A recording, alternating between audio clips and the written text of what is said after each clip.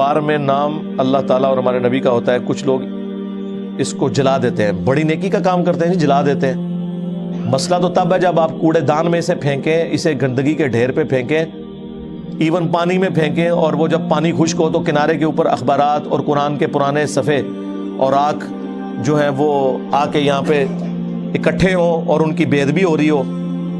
الا یہ کہ آپ اسے دریا میں یا ڈیم میں بہانا چاہتے ہیں تو ایک مضبوط سی بوری میں ان کو بند کریں اور آگ کو، اس میں کوئی وزنی پتھر ڈالیں اور سینٹر میں جہاں پانی ہے وہاں پھینکیں تاکہ وہ پیندے میں جا کے بیٹھ جائیں۔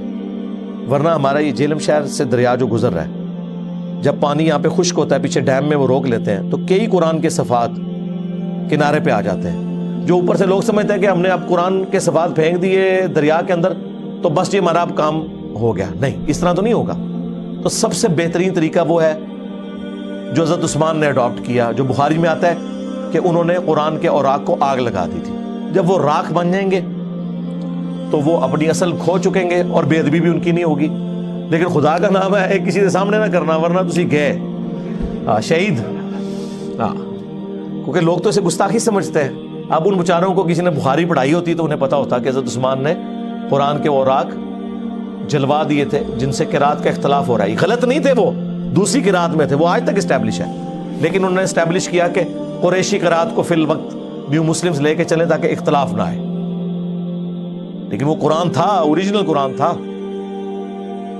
آج کل وہ ایک بندے کی ویڈیو بھی کافی کچھ سال پہلے وائرل ہوئی تھی، انہوں نے کوئی پہاڑوں کے اندر ٹنلز کھودی ہوئی ہیں پرانے قرآن کے اوراق، وہاں پہ وہ ڈمپ کر رہے ہیں۔ بہت اچھی بات ہے، اگر کوئی ایسے کرنا چاہتا ہے ضرور کرے، لیکن آگ لگانے میں بھی کوئی حرج نہیں ہے۔ اس طرح کی کوئی صفات ہوں، آپ کسی تندور والے سے بات کر لیں، یہ نہ ہو سی سی ٹی وی پہ آپ کی ویڈیو بنا کے تو کل کو آپ سے دشمنی ہوتے تو انہوں جناب ٹنگے ہوئے انہیں۔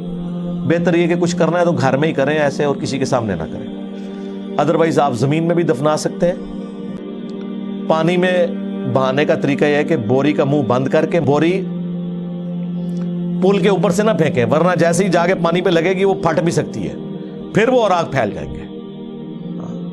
کشتی ہائر کریں۔ ویسے تو ہمارے علاقوں میں تو اب کئی ایک تنظیمیں ہیں جو باقاعدہ کلیکٹ کرتی ہیں یہ اوراق، ان کو فون کریں، وہ کلیکٹ کرتے ہیں۔ کئی مسجدیں ہیں جن میں پرانے اوراق آیات وہ جمع کیے جاتے ہیں، پھر وہ بعد میں کہتے ہیں کہ جی آپ فلاں دن کو ہمارا یہ ٹرک روانہ ہوگا۔ واکینٹ میں مجھے یاد ہے جن دنوں میں یونیورسٹی میں پڑھتا تھا تو واکینٹ بھی ہم جایا کرتے تھے ٹیکسلا سے، تو وہاں مساجد میں باقاعدہ اناؤنسمنٹ ہوتی تھی کہ جی اس ویکینڈ پہ ٹرک جا رہا ہے، جس نے کوئی پرانے اوراق دینے ہیں، کوئی دینیات کی کتابیں، کوئی پرانے قرآن وہ دے دیں۔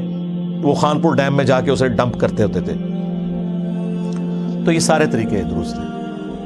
دفنانا بھی درست ہے، لیکن دفنانے میں بھی قبرستان میں اب مردوں کے لیے جگہ کوئی نہیں رہی ہے، تو آپ نے کہاں سے ان کو صفات کو دفنانا ہے؟ وہ بھی کل کو کوئی قبر کھودی پھر قرآن نکل آئے گا اس میں سے، اور مصیبت کھڑی ہو جائے گی۔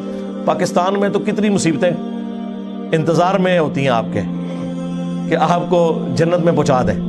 ہاں، اس لیے خدا کا نام ہے، یہ اتنا خطرناک معاملہ ہے، خطرناک سے بھی اگلا ورژن، کہ آپ کی کانپیں ٹانگیں گی، یعنی آپ کی ٹانگیں کانپیں گی۔ تو اس لیے معاملات کو دیکھ بھال کے چلنے کی ضرورت ہے۔